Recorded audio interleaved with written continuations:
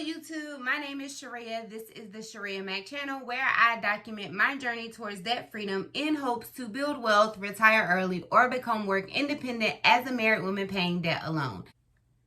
If you are new here, thank you so very much for clicking on this video. And if you are a returning viewer or subscriber, thank you so very much for coming back. If you're new and you're a viewer but not yet a subscriber, please consider subscribing to follow my journey towards eliminating 6 figures worth of debt as a married woman paying debt alone.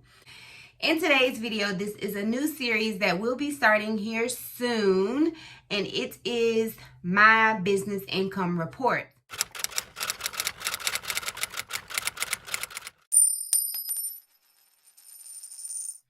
So, as you guys are aware, I did start a small private practice on the side with the goal to transition into full-time self-employment as a licensed clinical social worker in private practice in 1 to 3 years. It's looking more like 1 and less than 3.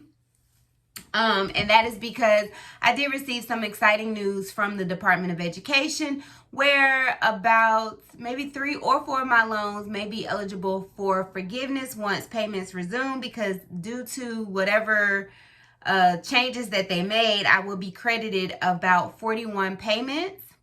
And those 41 payments plus the 71 payments that I have already made will make me eligible for loan forgiveness for about $50-some thousand worth of my student loans. So I wanted to start sharing the income I was able to make in private practice and kind of go over how I'm using that income to set myself up in a good situation for when I am able to make the transition or walk out of W-2 employment into full-time employment. So I do have my profit and loss statement up over on the side, so you will see me look to the side. So for my private practice, which is, the name of it is Mental Wellness Clinical Counseling and Services, I grossed $2,875.56 after all my business expenses came out, which included advertising and marketing, some fees for like my electronic record management system, and then paying for some trainings and some consultations, as well as paying my CPA for her services. I grossed I net $1,581.18. Of that $1,581.18, I paid myself $1,000. And I will put exactly how that $1,000 was distributed on the screen right here. But as you can see, $450 of that went to pay off my Best Buy credit card. So whoop whoop for that. Then of that $1,000, I taxed 15.3% of the $1,581.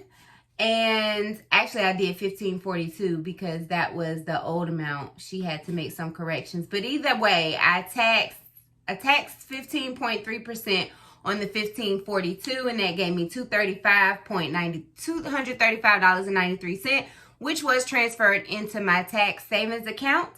I made a transfer of $125 into my Freedom Fund, and that has a balance of $5,100 now. And then I put $154 towards my tithes and offerings. So that totaled about $960 something. Let's see, $450 plus $125 plus $235.93 plus $154, and that equals $964.93. If we subtract that from how much I could have paid myself, which was $1,581.81, I left $616 in my business account. And actually, I have about $6,000 just sitting in my business account, but I do plan to pay myself that at the end of the year as like a bonus, and that money will also go into my Freedom Fund. So hopefully I have about, $12,000 to $13,000 sitting in my freedom fund at the end of this year. And depending on how business continues to grow, and then once I find out what's going on with my student loans, I may make that transition into self-employment. I may actually be able to work part-time because my expenses will have been decreased dramatically or drastically by then, especially if the student loans are forgiven. And so working part-time to focus on my business would be ideal. And although I was only willing to stay 3 years with my employer, was because that was when you have to be vested. You have to stay 3 years to be vested. But I am fine. I'm really not fine with leaving money on the table, but I also just am not enjoying the work that I'm doing. So yeah. So that is where I'm at. That is my business income report for the month of October. So I typically meet with my CPA the first week of the following month, and that's when we go over all my expenses, all my income, my taxes, and any type of moves I need to make. And so that is where I'm at. My goal for my business is to add 2 new clients per month. And my goal is I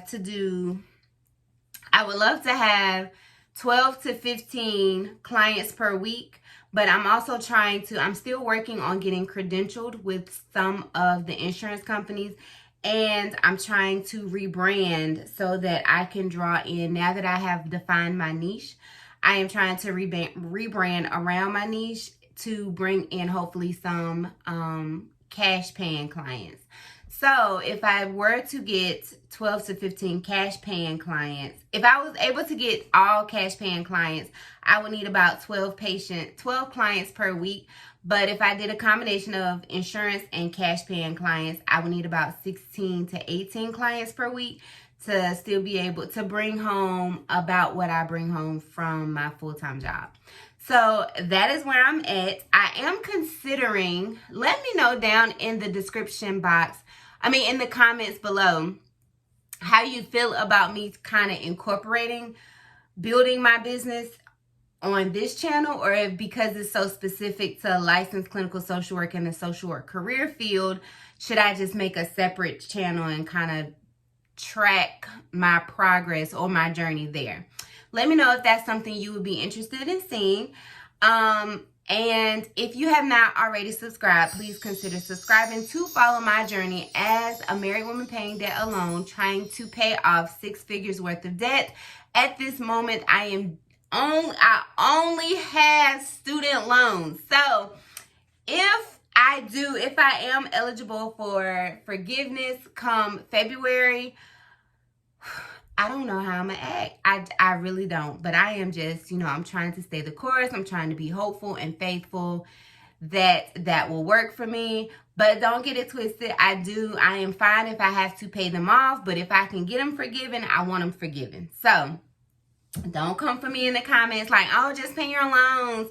I don't want to hear that. I don't have any problem paying my loans. But if I can get them forgiven, I want forgiveness. So that is it.